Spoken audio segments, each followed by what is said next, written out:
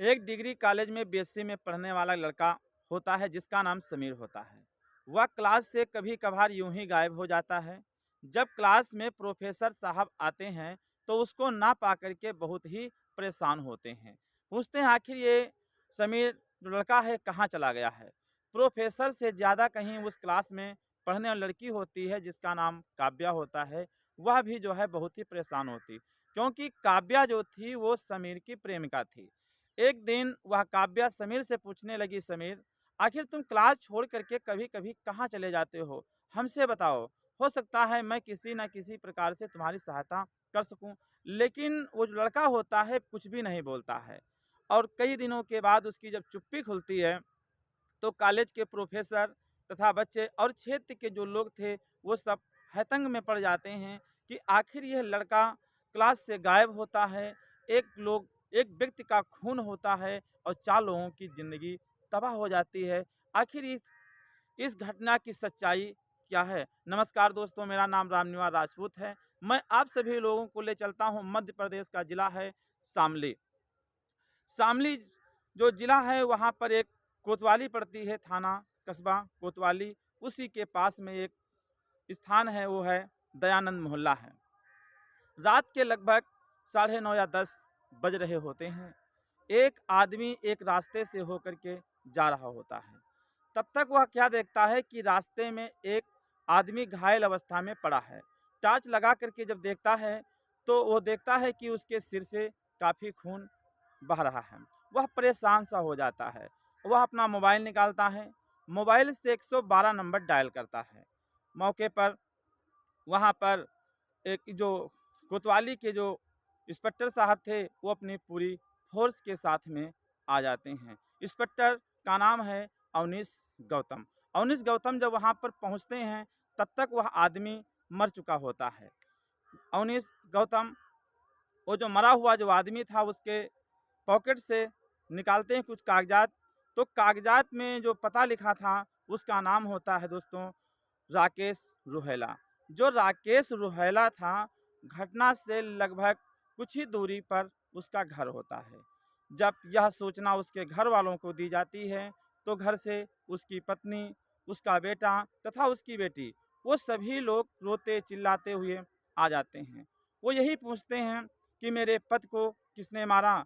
लड़का पूछता है कि मेरे पिताजी को किसने मारा।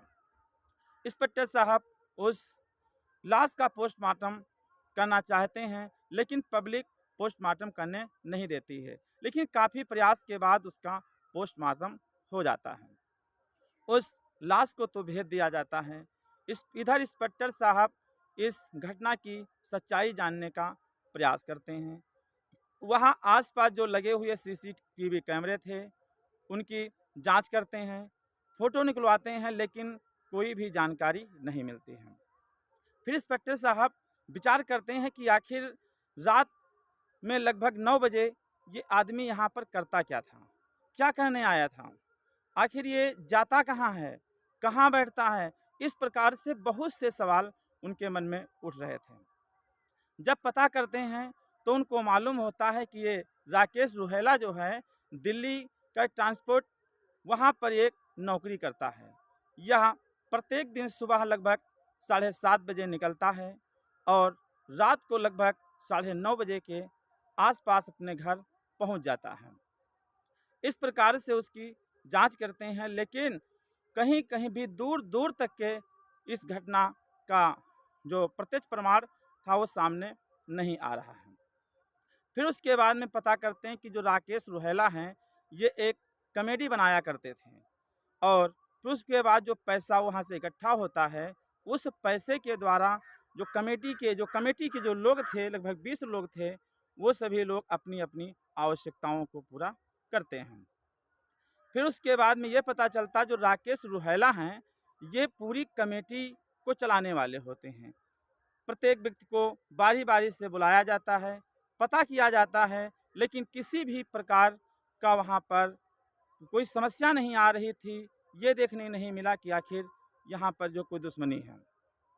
फिर उसके बाद में जो इंस्पेक्टर साहब होते हैं घटना स्थल पर जाते हैं। जो घटना स्थल है वहाँ पर उसके पहले वो आदमी पहुँच जाता है जिस आदमी ने इंस्पेक्टर साहब के पास फ़ोन किया था। तो एक प्रकार से इधर दुश्मनी भी नहीं है और दूसरी बात ये भी समझ में आ रहा है कि जो है डकैती का भी जो है कोई मामला नहीं है। क्योंकि जिस समय लाश का पोस्टमार्टम हुआ था, उसके पॉकेट में पर्स था जिसमें काफ़ी रुपए थे और अपने गर्दन में, हाथों में कुछ ज्वेलरी भी पहन रखा था। तो इस प्रकार से अगला दिन व्यतीत हो जाता है, तब तक पोस्टमार्टम की रिपोर्ट आ जाती है। पोस्टमार्टम की रिपोर्ट के द्वारा ये पता चलता है कि इसको जो गोली मारी गई है बहुत ही नज़दीक से मारी गई है। फिर उसके बाद में चारों तरफ हंगामा होने लगता है। जो क्षेत्र के व्यापारी थे, नेता थे, वो सभी लोग धरना पर बैठ जाते हैं, क्योंकि मामले की जांच करने के बाद ये निर्णय नहीं मिल रहा था कि आखिर इनकी मौत हुई है तो कैसे हुई है। तब तक अचानक इधर इंस्पेक्टर साहब का तबादला हो जाता है। इनके स्थान पर दूसरे इंस्पेक्टर साहब आते हैं, जिनका नाम होता है जितेंद्र सिंह। जितेंद्र सिंह भी इस केस को पुनः जो है ओपन करते हैं और छानबीन प्रारंभ करते हैं। ये भी जो है एक सीसीटीवी कैमरे की जांच करते हैं। घर से निकलते हैं और जहाँ नई दिल्ली जाते हैं, वहाँ तक के रास्ते में जितने सीसीटीवी कैमरे होते हैं बारी बारी से चेक करते हैं। फिर उसके बाद में निर्णय यह मिलता है, उनको सीसीटीवी कैमरे में दिखाई देता है कि रात के समय लगभग 8 बजे एक बाइक पर 2 लड़के खड़े हैं, लेकिन 1 मिनट के बाद तुरंत वो फिर गायब हो जाते हैं।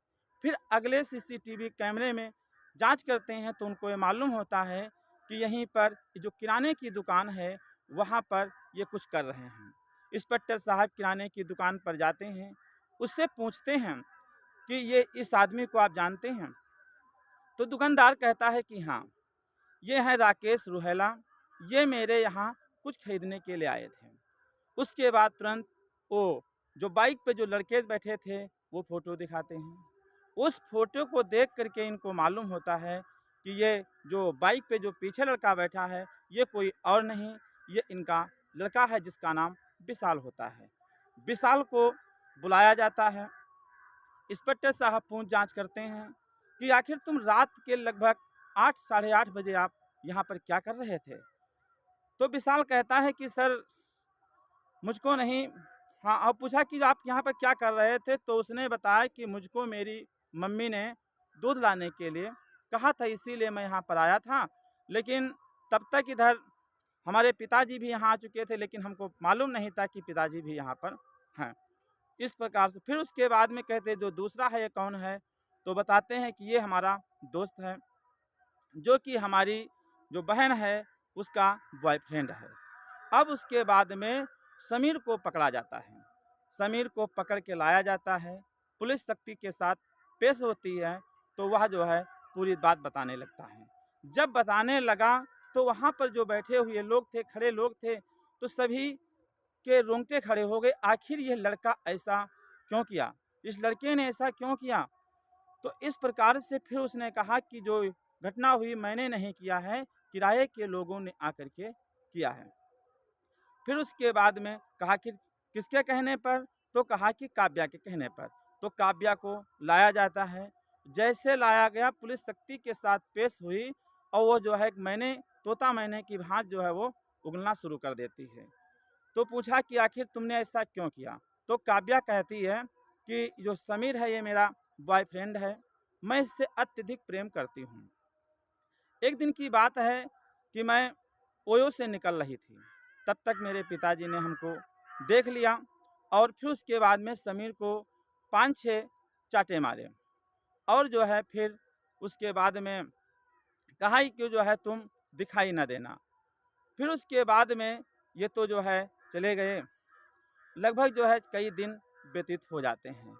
अब जो है कई दिनों तक जब दिखता नहीं है समीर, उसके बाद में ये जो राकेश रुहेला होते हैं, जब ड्यूटी पे चले जाते हैं तब ये छुपके आकर के मिलते हैं।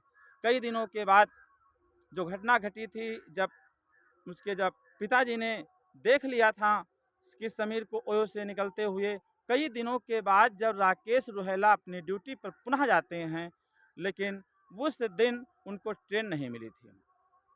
ट्रेन ना मिलने पर लगभग 2 घंटा लेट आते हैं।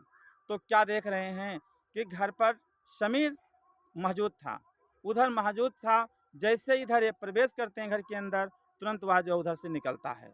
लेकिन इनको शक हो जाता है, अपनी पत्नी कृष्णा के ऊपर नाराज़ होकर के बोलते हैं कि मैं सब कुछ जानता हूँ। तो वह जो है कहती है कि मैंने ऐसा कुछ भी नहीं किया जैसा तुम सोच रहे हो। ये जो है मेरी बेटी का दोस्त है और जो है ये कुछ किताबें लेने के लिए आया था। इस प्रकार से फिर उसके बाद में एक दिन की बात होती है कि जो लड़का इनका जो विशाल होता है, विशाल भी देख लेता है। जब विशाल देख लेता है कि जो है हमारे घर में आता है और अपनी मम्मी के साथ में देख लेता है, मतलब एक अलग प्रकार से कह लीजिए देख लिया। लेकिन फिर यह जो है शांत रहता है, कुछ भी नहीं कहता है। फिर उसके बाद में जो लड़की है जिसका नाम काव्या है, वो समीर को बुलाती है और कहती है कि इनको जो है मार दिया जाए। अगर मार दोगे तभी हम तुम मिल पाएंगे, वरना हम तुम नहीं मिल पाएंगे, क्योंकि ये तो हमारे मार्ग में एक प्रकार से कांटा बने हुए हैं। तो समीर कहता है कि मैं ये काम नहीं करता हूँ, लेकिन हाँ कुछ मेरे जानने पहचानने वाले हैं और अगर चाहो तो वो काम कर सकते हैं। तो वो जो है बुला करके लाता है और जो है 5 लाख रुपए पर बात होती है। तो ये लोग कहते हैं कि 5 लाख नहीं बल्कि हम 4 लाख देंगे और हथियार तुमको अपनी तरफ से दे देंगे। तो इस प्रकार से 4 लाख रुपयों पर बात हो जाती है। और फिर उसके बाद में उसी रात में ये जो है ड्यूटी पर गए, ड्यूटी से वापस आ रहे होते हैं, तभी जो है इनको वहाँ पर शूट कर दिया जाता है। तो इस प्रकार से जो कृष्णा है और उसकी बेटी काव्या, समीर और समीर के साथ में उसका चचेरा भाई है जिसका नाम शादाब होता है, इन सबको जो है जेल में डाल दिया जाता है। इस प्रकार से दोस्तों हमारी कहानी यहीं पे समाप्त होती है। इस मेरी कहानी का उद्देश्य किसी को ठेस पहुंचाना नहीं है, बल्कि आप लोगों को सचेत करना है कि अगर किसी भी प्रकार की अगर अनहोनी से बचना है, अगर कुछ देखते हैं तो परिवार के सदस्यों को जानकारी देना चाहिए। जैसे कि जो राकेश रुहेला थे, अपनी बेटी को देखा, उसके साथ में फिर परिवार में देखा। अगर ये जानकारी जो है पुलिस को दे देते, हो सकता है ऐसी घटना ना घटती। नमस्कार दोस्तों।